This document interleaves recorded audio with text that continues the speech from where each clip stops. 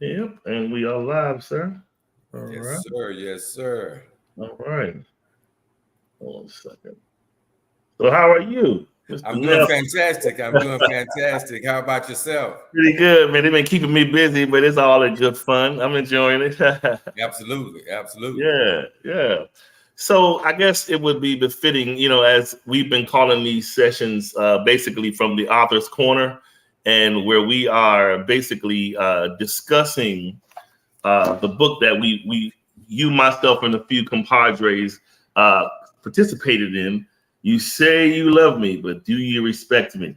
Out Yes. now, by the way.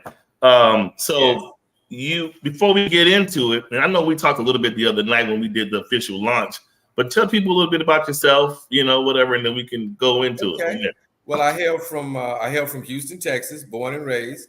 Uh, I'm an educator. I have three sons, and I've been an educator for 39 years. Nice, This is year 39. I'm also a writer, as you know, and I'm an yes, entrepreneur, and nice, just super excited about this project and ready to promote it. I want people yeah, to read it. I want people to talk about it yeah. because I think it's a really, really great piece of work. Yeah, man. That's the fun. The fun part about it is after you put in. So we all put in the work, right? Of writing and getting together, and now it's like let's push it. Let's just push it. Let's promote it. Let's talk about it. I think it's definitely a good tool to use and help some people open up some minds and about just the way people think, other men, and I'm curious to see even how the women digest it. I So was that's I I was think. actually having a conversation with one of my colleagues today, and she Yeah. asked me. She said, "So I like the title." She said, "But who's the book for? Is it for men or for women?" I said, "It's for both." Yes. Because it's not as you know, it's not a woman bashing book. I liken it to a conversation with women about some things that we've had. I would imagine many men have had on their mind and would like to say or share or Yeah.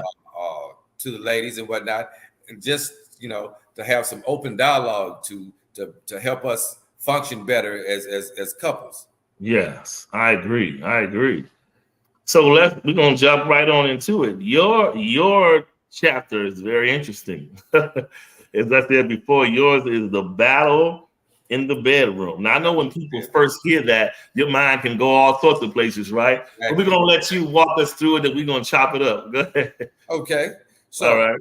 uh, battle in the bedroom is a conversation with ladies about some things they do that may be conscious or it may be subconscious, Okay.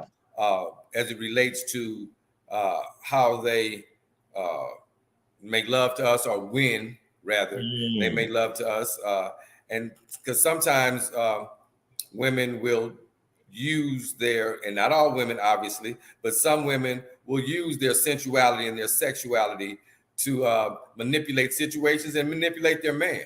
And wow. when they do that, I'm not sure if they truly understand the effect that has not only on their man but on their relationship. Wow. Okay. Yeah. Do you have like just a paint you don't have to do a lot of it, but just paint like a piece of a relevant picture of what that may look like between an exchange, like where you may feel someone is attempting to manipulate or something like that. Okay, so you have situations where, and there's this term I've coined, I call situational sex. Okay. And what I mean by situational sex is, she may want something from her man. She may want him. There's a decision that she wants him to make that would be in her favor. There may be some material thing that she wants from him, Yeah. or what have you. And so rather than just allow their intimacy to happen naturally, she really plots out, if you will, to Yeah. have sex with him in a certain kind of way, or in a certain frequency, for the Yeah. sole purpose of getting what it is that she wants. You know, Wow. and the thing about that is sometimes it may go unnoticed by the man, but quite often it doesn't. Whether he says something about it or not, he sees it, he recognizes it, and that's the sort of thing that will make a man begin to ponder and wonder, okay, so how does this woman really view me? Wow. Does she view me as someone who is easily manipulated, Yeah. either by her or by sex? And Yeah. therefore, if you think that way about me, do you really respect me? You know, Wow. because Wow. certain people, like certain things, I just think when people respect you as certain things, I just think they would not do or would not try. Right. Yes. Good point. So you bring the point you are bringing up begs me to think of something else. And so, and I've mentioned this years ago in conversations with friends and just random, but just to your point, I always wondered where along the line did the concept of a treat only fall to the woman? Like, as if my thing is this: if two people enjoy sex, it takes two parts to enjoy. Like, yeah, I mean, of course, nowadays you got folks do all kind of things themselves, right? But Right. nonetheless, what I'm saying is, if you like the confines of sexual relationship between two people, then they have something you like, you have something they want. So it's just like, but somewhere along the line, we have allowed ourselves as men to feel, to a degree, devalued in that department, and only feel like the treat is on the other side. You know, it's funny you say that, and I'm smiling because individuals who know me know that I've been harping on this for quite some time. To your point, when we make love, when you give yourself to me, when you give yourself to me, I'm giving myself to you as well. Hello. And believe it or not, I think as highly of myself in that regard as you feel about yourself. So, like you said, there's no one person is receiving, no one person is giving in that context. And so you're right. It's not if it's a treat for her. I mean, if it's a treat for me, then it's a treat for her. Yeah. And but quite often, society has made men feel as though, especially in that department, the woman's body is somehow more worthy, more valuable, more captivating, whatever. Absolutely. And so, no, I hate to sound like we're betting or anything, but I'm like, we broke even. I mean, it's so to speak. There was no winner, there was no loser. Yeah, for sure. So yes, so definitely, that is, and which a book like this, starts that conversation. Yeah, shed some light. Because sometimes people do things subconsciously. They're not really focusing on doing whatever it is that they're doing, but they're instead they're still doing it and whatnot. And so yeah, it's definitely a great conversation starter. Yeah, because when folks are able, from my perspective, when folks are able to barter sexual parts, then to me there's one of two things happening. Either the man has shown that it's worth too much to him, or the woman doesn't value what he has enough. Meaning she feels as though, I'm gonna go in there with my husband, but I sure have had better over here. You get my drift? And so she treats him accordingly. Because listen, when again you have a piece of something, they got a piece of something. And so in an ideal situation, I'm not saying at every given waking day of the moment of the day that people are mentally in a place to feel like having that happen, right? But you could look at one another as a treat. It shouldn't be, let's go ahead on and do this so you can be quiet, because then that's a whole other problem.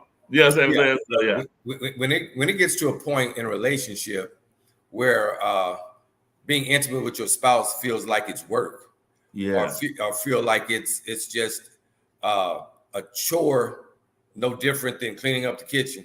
You know, this is my mate. They want to have sex. That's what I do.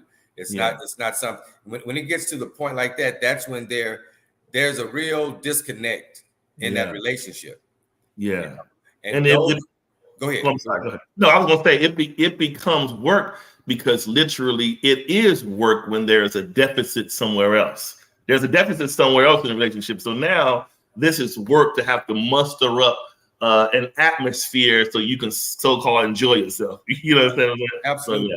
So, yeah. And I think both parties, both men and women, I'm not sure who would be the more difficult to take it, but both parties need to be willing to have a real transparent conversation about their likes and dislikes in the bedroom, and whether or not their partner is pleasing them or satisfying them, and what they can do to do that. Because sometimes that can lead to hurt feelings and bitterness. But it's a conversation that needs to be had. If a party isn't truly being satisfied, then that conversation needs to be had, and the person on the other end needs to be willing to receive that and move accordingly. Yeah, but you know, another thing, if people really take the time and look, satisfaction is noticed through actions and compliance. When people comply readily, when I say comply, I don't mean like there's rules, but when someone is sort of giving you an exchange without you necessarily having to prod them, that's letting you know there is satisfaction. When there is no satisfaction, the work becomes harder, and you literally feel like, I mean, are you there? Are you present? I mean, do you care? You're doing all that because what you're feeling is the truth. The person really don't care. So you're feeling exactly what you feel. But we always, in our mind, make up other things to justify not having to deal with the rejection. But you're right. You need to have those conversations, because too many times people will go along to get along, and they are really, that bedroom is an issue they don't want to discuss because they know that's not a happy place.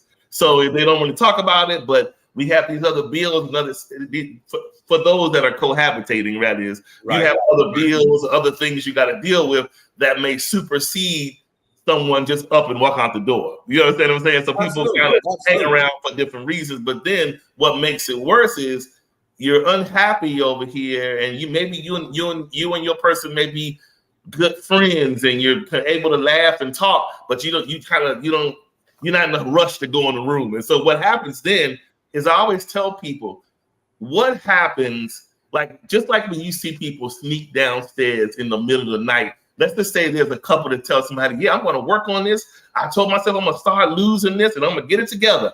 And then in the middle of the night, you start seeing them sneak downstairs to get that snack when you're not looking. Well, that's what happens with sexual dissatisfaction. Absolutely. People will smile in your face and I'm holding it down. I sure am. But when you're not looking, they going over there to get the satisfaction. Rarely will anybody deny themselves of something that they're accustomed to consuming, and that's the truth that we don't deal with. You know, and on that note, in preparation for this article, this chapter, I actually did some research, and I researched a number of high-level divorce lawyers, divorce firms, and because they give out a lot of information in the form of like surveys and things of that nature. And in every poll, every article that I read, a lack of satisfaction in the bedroom was in the top three. It was either number one, number two, or number three. It was never lower than number three. There were other things, but that particular thing was always in the top three category of individual reasons why individuals get a divorce. And while I know a lot of times women will often say that men focus too much on sex and whatnot, but quite frankly, I think most people would agree that women want and enjoy sex just as much or more than a man does. And so with that being said, if either party isn't satisfied sexually in the bedroom, while I'm not condoning going outside your relationship, going outside your marriage to be satisfied. So let me be perfectly clear. I'm not condoning that, but the reality of life is that when people are truly dissatisfied, they become they become unhappy. Disconnected. Sometimes they become bitter, and Yeah. they very well will turn to something else or someone else for that satisfaction. Yeah. Which is why, like you said, those conversations need to be had. Yeah. And so within my chapter, I try to have that conversation in a compassionate, loving manner. Yeah. And let the woman know that I truly care about you. I love you. I don't want to be with anyone else. But when you do these things, it calls into question how you feel about me. And I want you, because women often talk about how they want us to open up and how they want us to be transparent and show our feelings and whatnot. They often say they want us to be vulnerable, if you will. So, I think those type of conversations, a man willing to have that type of conversation with his lady, with his partner, that is him putting himself in a vulnerable position, for sure. Because he's saying to her that, hey, there's some things that you do that hurt my feelings. There's some things that you do bother me emotionally. Yeah. And because I care about you, because I care about this relationship, I want to talk about it and I want to address it because it's a problem. Yeah, and that's very true. I always say to people that men enjoy sex because it pleases them.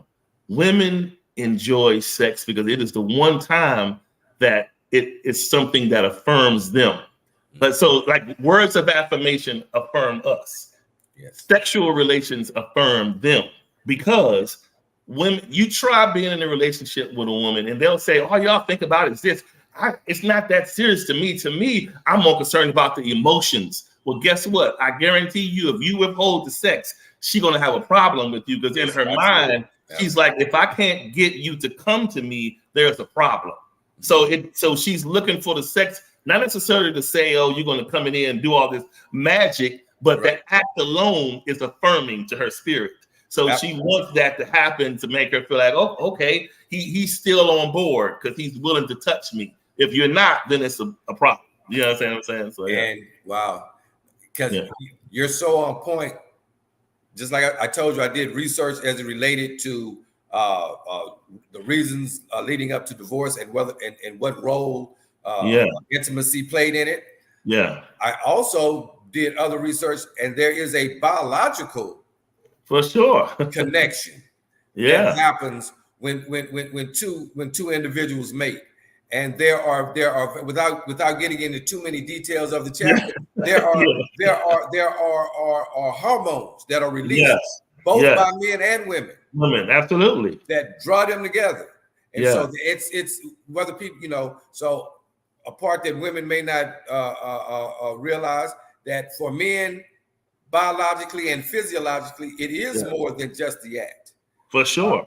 And so again, I just think because the conversation has been so taboo in so many households for so many years that people are afraid to broach the topic. But I think we live in a day and age and a time. You better talk about it. You better talk about it. And I really think people are willing to at this point in time. I think people are willing to.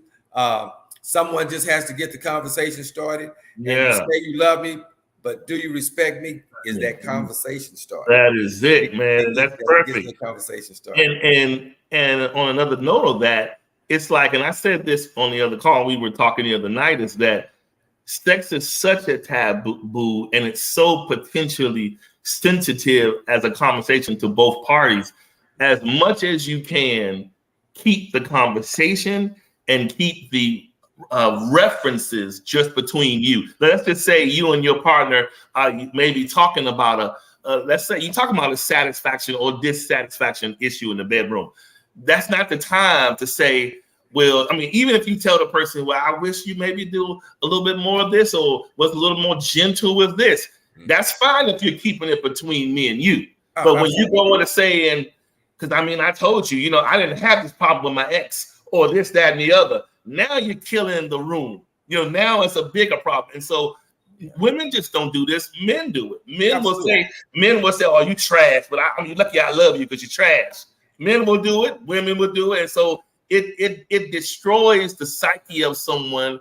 And I've literally seen someone who, by all intents and purposes, physically, a man wouldn't. Too many men wouldn't keep them out the room because they were attractive physically. But the man had tore her down to such a degree about her sex. She was married to this guy, and he tore her down so much about her performance, and she was lame and all these things, where she was almost in the mindset of a 5-year-old. He had broke her all the way down that she just didn't understand her effect because he was so busy telling her that. When on the flip side of it, now they're long and done and over, but the flip side of it, it was really control. Yeah, because absolutely. he knew what she looked like. So all he needed to do, if it was really that much of a problem, as a man, maybe if I'm looking at it differently, I could see men maybe having an issue that's not irreversible, if you get my drift. Like if it is what it is, it is what it is, unless you're doing something surgery to fix it. It is what it is with his what he got. With her, she has it's like a canvas. So if you're an artist, you just paint. You get my drift and you be creative. And what doesn't work, you talk about it and say, whatever you do, how about this? Let me do blah, blah, blah. Right. About this, or I'll do this. But to tear someone down to the point to make them just feel so lost, I just think it was a weaponizing mechanism he was using to control her, to keep, because as long as he kept her in that state, she wasn't no good to nobody else. She was just, you know what I'm saying? Yeah. A lot of for both men and women, a lot of our identity, self-identity, is attached to our performance. It is. It's the reality of life. It's the reality of human beings. There's nothing wrong with that. If a woman, and I think most women know, I think it gets to a point in time at a certain age or whatever, most women know or learn that if you want to hurt a man, especially you talk about that ego. Talk about something to mess with that ego. Want to bruise that ego? Talk about his performance. That's it in the bedroom. That's it. That's the quickest way to hurt a man or to attack his ego. Yeah. And the flip side of that, like you said, women, their psyche, if you will, is sometimes just as fragile, and their femininity for sure is often tied to the physicality. It's how you view them. Absolutely. Yeah, that's it. You're right. That's so odd how that's the truth. We're more concerned with the performance, and women are to a degree, but they're more concerned with how you view them because they know that we're visual people, and as men are visual, and so they want to remain visually pleasing to their guy. Absolutely. I think most women feel like if I'm a woman, I got some curves or I got a little bit of this, he'll be fine there. But is he attracted to me is the main thing where a lot of this is coming from. And so, man, this is a really good topic to dig into because it's so it's so many different directions. Yeah, and it's such a prevalent truth that's happening more than what people are willing to be honest about. And and here's the thing, even when you come into situations with people that are, let's just say, because I know there's a faction of people that are spiritual, so it's different. But when you're coming into a situation and you're a person that's a willing participant sexually, right, then you need to have those honest conversations up front. Because I had a show one time where I said love and the turn up. And the turn up I was talking about is there's what people present to you on a normal basis, even in a love exchange. And then there's those things that you have no idea, but their best friends know. You ever know how somebody will say, oh, I know, you don't know Nelson like I know Nelson. We went to college together and he was wow. So there were some things about you or some elements to you that can elevate to another level intimately. So with your wife, you may be calm and easy and, oh, yes, baby, it's all fine. But the real you is like a lion. You want something that's going to bring out a beast. So it's important to have that conversation to say, listen, I do like this, but I'm going to be honest with you. I'm a little open to this too, and I may like that. Give the person the chance to be like, oh no, this is a bit much for me, or okay. Because if you don't say anything and entering at your own risk and think you're just going to finesse someone into your styling, it's going to be a nightmare. Yeah, because what you're talking about is sexual compatibility. That's it.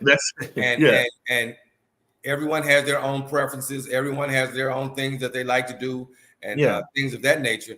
And so, again, those are the kind of conversations that need to be had, especially with new couples. And whatnot. Not that people who've been together for years can't have that conversation, because they need to have it as well, because there may be some things that they never shared.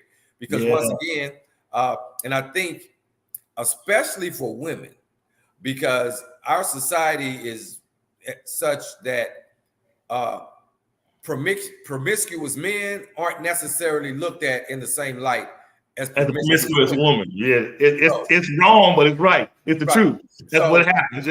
So that being said, women are guarded in terms of, like you said, how they're viewed in that particular area, and so they may be in fear that if I like this certain thing, then I might be viewed that, oh, you must be this, you must be that and whatnot, which is definitely not necessarily the case.